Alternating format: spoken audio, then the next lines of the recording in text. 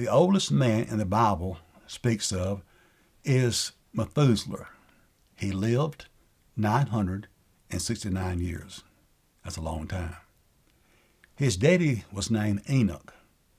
At age 65, Enoch has a son named Methuselah. And for the next 300 years of Enoch's life, he walked with God. That's a good place for a man to start walking with God, is when he has a child. That's a good place to start, if not before. Today I'm going to read from Genesis 5 in verse 24 about Enoch. It says, "And Enoch walked with God, and he was not, for God took him." He did not have a physical death. God took him into heaven without Enoch dying. Enoch walked with God. Hebrews 11 says that by faith Enoch walked with God and was translated from this world to another world. And he had this testimony that he walked with God. So he had a very close relationship with God, walking with him.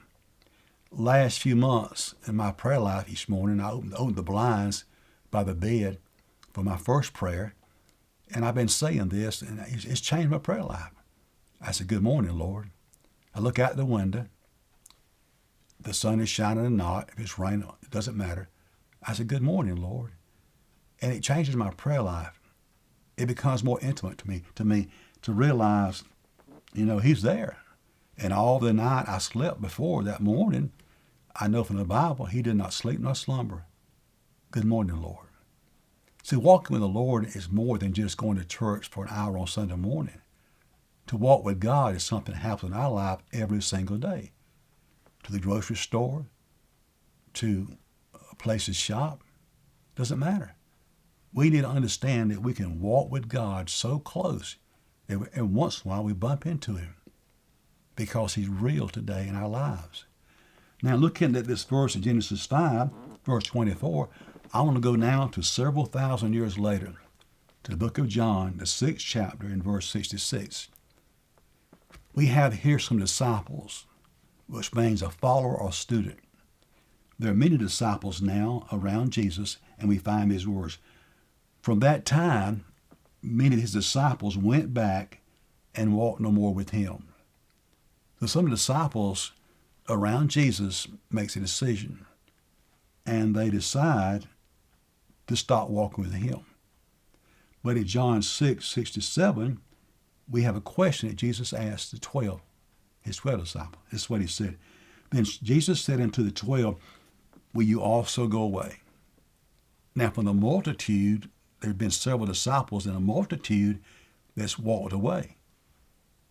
And Christ turns to the 12 that he has called, that he selected. He says to them, "Will you also go away?" Now when he asked the question, I want you to notice what Peter says in John 6, verse 68. Then Simon Peter answered him, "Lord, to whom shall we go? Thou hast the words of eternal life." Where can we go? We won't find any words of eternal life if they don't come from you. Matter of fact, we won't even find what life is all about if it doesn't come from you. We won't have any peace in our life if it doesn't come from you. So Peter said, where can we go? So what walk in the world can even measure up to walk with Christ? But today, if Christians be honest across this country, there are many Christians today who at one time walked with God very closely are not walking with him today. And the number one reason I discovered in these years is people get their feelings hurt. They get hurt. They get upset. They leave church. They stop praying. They stop blessing the food on the table. They start reading the Bible because somebody hurt their feelings. And they can tell you who it is and what did happen. Several years ago, I faced that in my own life as a young Christian. I was hurt by someone very deeply. And I was going to back off a little bit from what I was doing for the Lord. And the Lord spoke to my heart and said, listen, did he go to the cross or did I go to the cross? Who died for you? The one that hurt your feelings or me? He says to me, I haven't hurt your feelings. Why are you going to leave me because somebody hurt your feelings? A good lesson I learned a long time ago, because since then, some 40-something years later, I've had my feelings hurt many times. But that lesson comes back to me every single time. Well, the Lord hadn't done anything to me but good. He saved me. He's blessed me. He keeps me. A place prepared for me to go to when I leave this world. So why should I walk away from him because somebody over here hurt my feelings? But people everywhere, listen, will justify themselves in what they're not doing for the Lord that they used to do because somebody hurt their feelings, and they justify themselves. So I got a good reason. I got my feelings hurt, and I finished with it. You have a world full of these people today, all around us.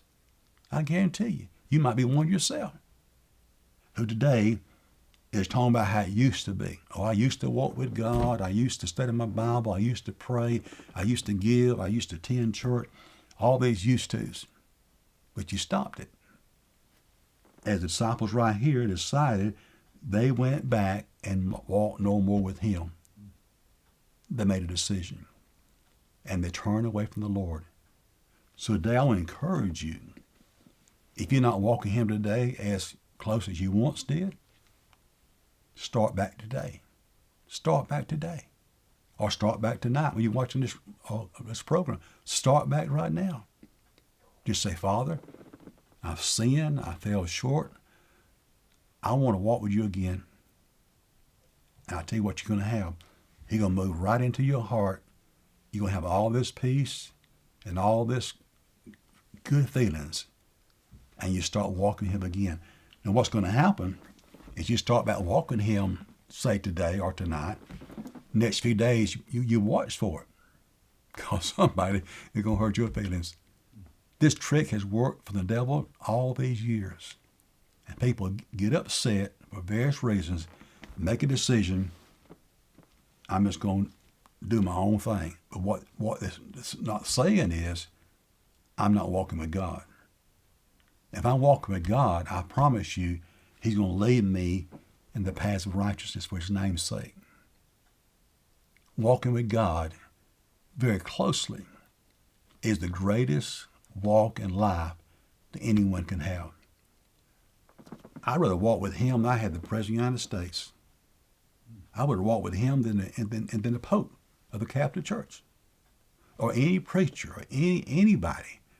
I'd rather spend my time every day, not just Sunday, but every day, walking close to him.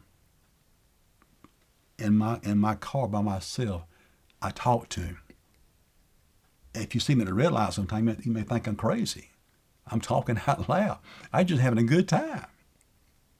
Somebody said, well, you just dreaming. I said, if I'm dreaming, don't wake me up. But it's not a dream.